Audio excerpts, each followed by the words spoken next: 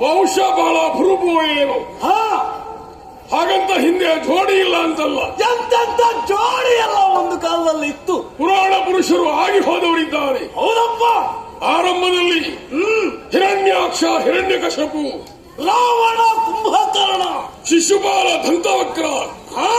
ಒಬ್ಬರೇ ಇಬ್ಬರೇ ಹೇಳು, ಎಷ್ಟೋ ಮಂದಿ ಅಪೂರ್ವ ಸಹೋದರರು, ನೂರಾರು ಮಂದಿ ಕೌರವರು.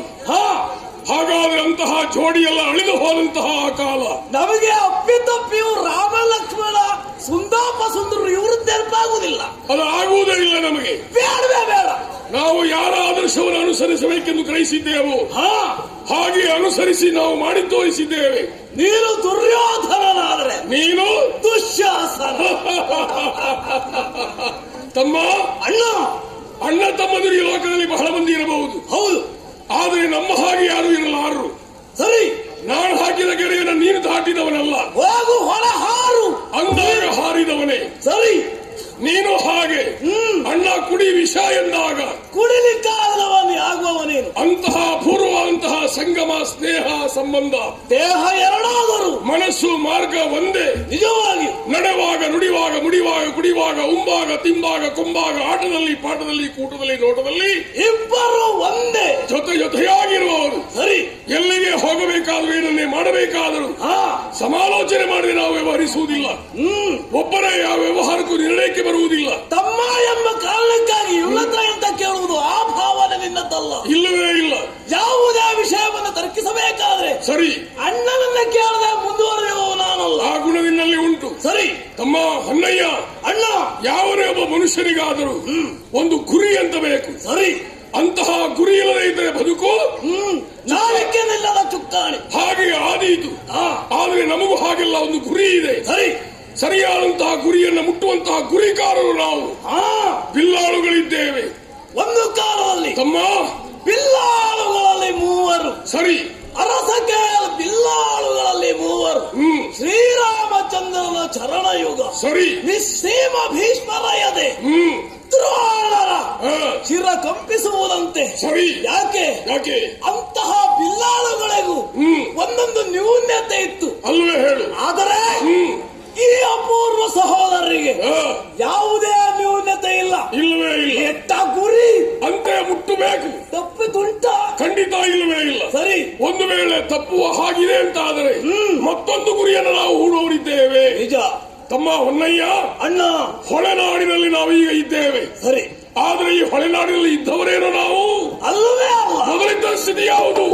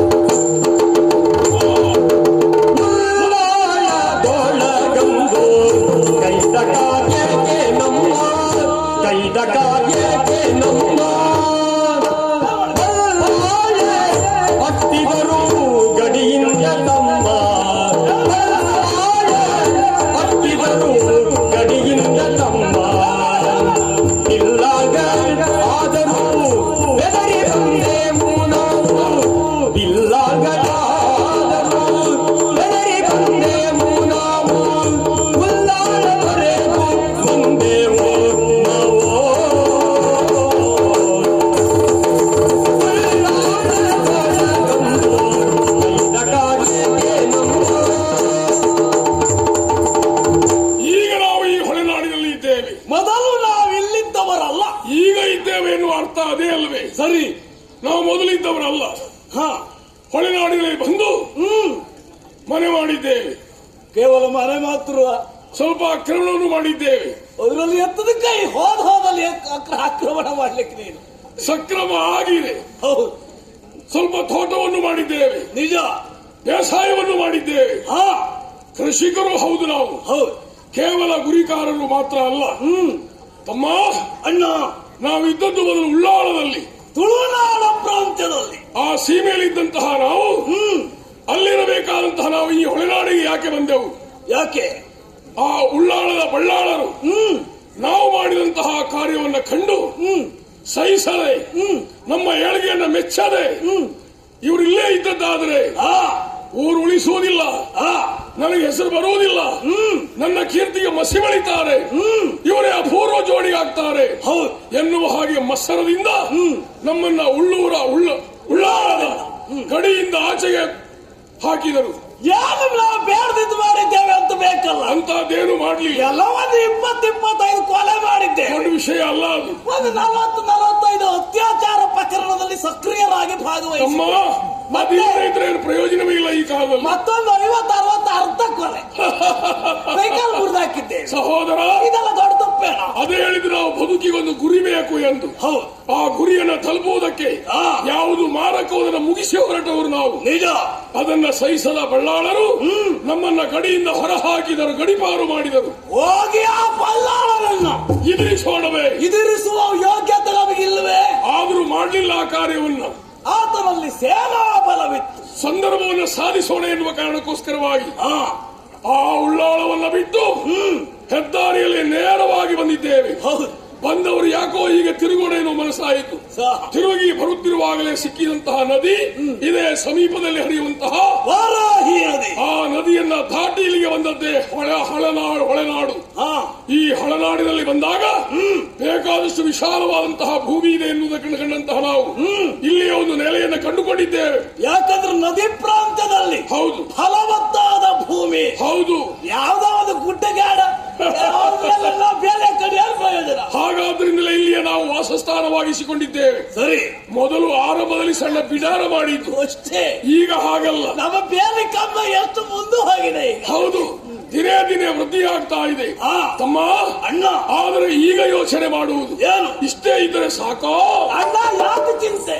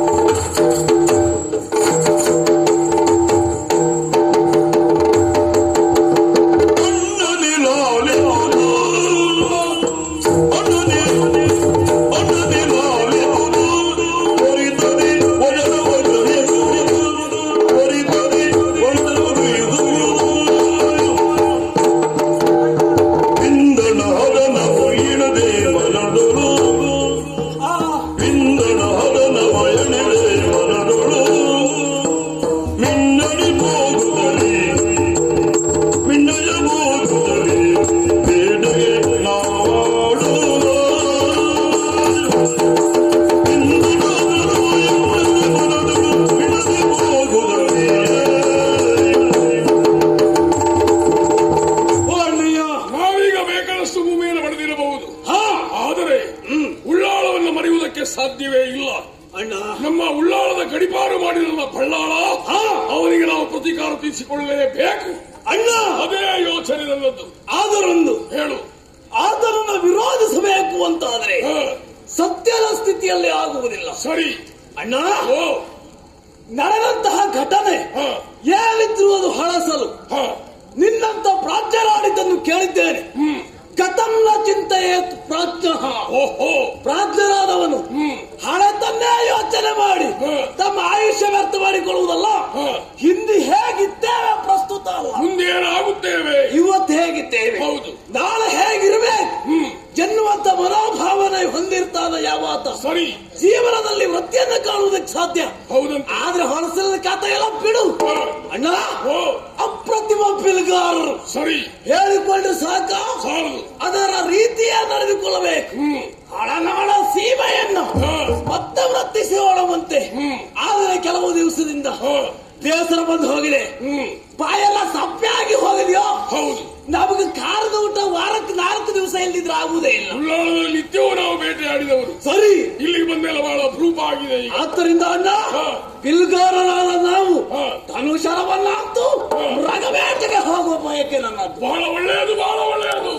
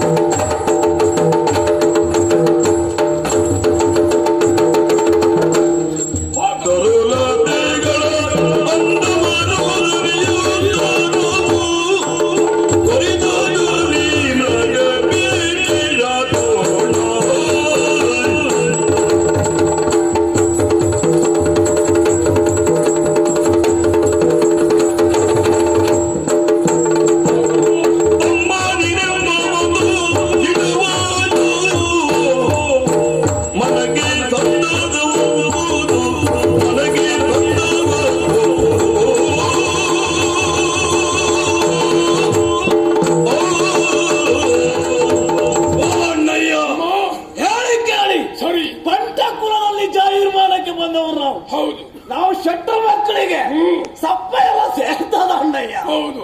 ಇಲ್ಲಿಂದ ವಾರಾಹಿ ನದಿಯಲ್ಲಿರುವಂತ ಸರಿ.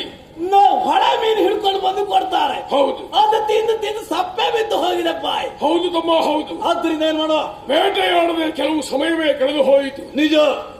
ಆಲೋಚಿಸ್ತಾ ಇದ್ದಾಗ ಮನಸ್ಸಿಗೆ ಬಂದಂತಹ ಯಾವುದೋ ಒಂದು ವಿಷಯವನ್ನ ಮರೆಯುವುದಕ್ಕೆ ಇಂತಹದ್ದೊಂದು ಕಾರ್ಯವನ್ನ ಮಾಡಿದರೆ ಸಾಧ್ಯವಾಗ್ತದೆ. ಸರಿ. ಹಾಗಾದ್ರೆ ಉಳ್ಳಾಳದಲ್ಲಿ ನಡೆದಂತಹ ಪ್ರಕರಣವನ್ನ ಮರೆಯುವುದಲ್ಲ, ಮನಸ್ಸಿನ ಮೂಲೆಯಲ್ಲಿ ಇಟ್ಟುಕೊಳ್ಳೋಣ. ಸರಿ. ಸಂದರ್ಭವನ್ನ ಸಾಧಿಸೋಣ.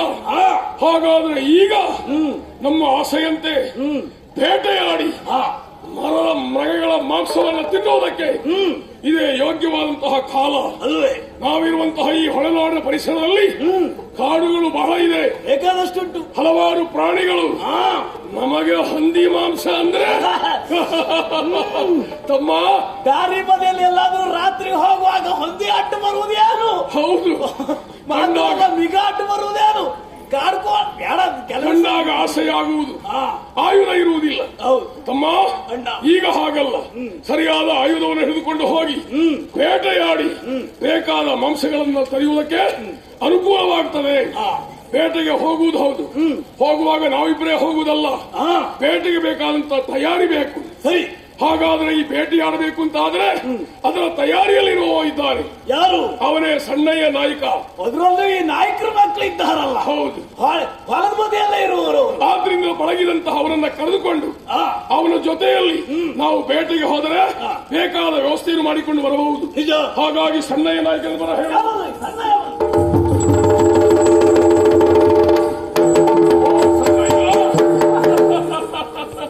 ನಾವು ಯಾವಾಗಲೂ ನಿನ್ನನ್ನು ಕರೆಯುವುದಿಲ್ಲ, ಬೇಟೆಯಾಡಲಿಕ್ಕೆ ಹೋಗುವಾಗ ಮಾತ್ರ ನಿನ್ನನ್ನು ಕರೆಯುವುದು. ಶೆಟ್ರು ಪೊಳೆ ಕೈ ಹೊತ್ತೆ ಕಾಮ್ ಮಾಡೆ ಕಸನೆ ಮಾರೆ. ಯಾವ ಶೆಟ್ರು? ಶೆಟ್ರು ಯಾವ ಶೆಟ್ರು? ನಾವು ನೀವು ಬಂಟ ಕುಲದವರು. ಹೌದ್ರಿ ಶೆಟ್ರು. ನೀನು ಮಾತಾಡಿದ್ದೇನೆ ಈಗ. ಪೊಳೆ ಪೊಳೆಯ ಪೊಳೆ ಕೈ ಹೊತ್ತ ಕೈನ ನಾವು ಕೊಂಕಣಿ ಅಲ್ಲ. ಅವ ನಾಯಕ.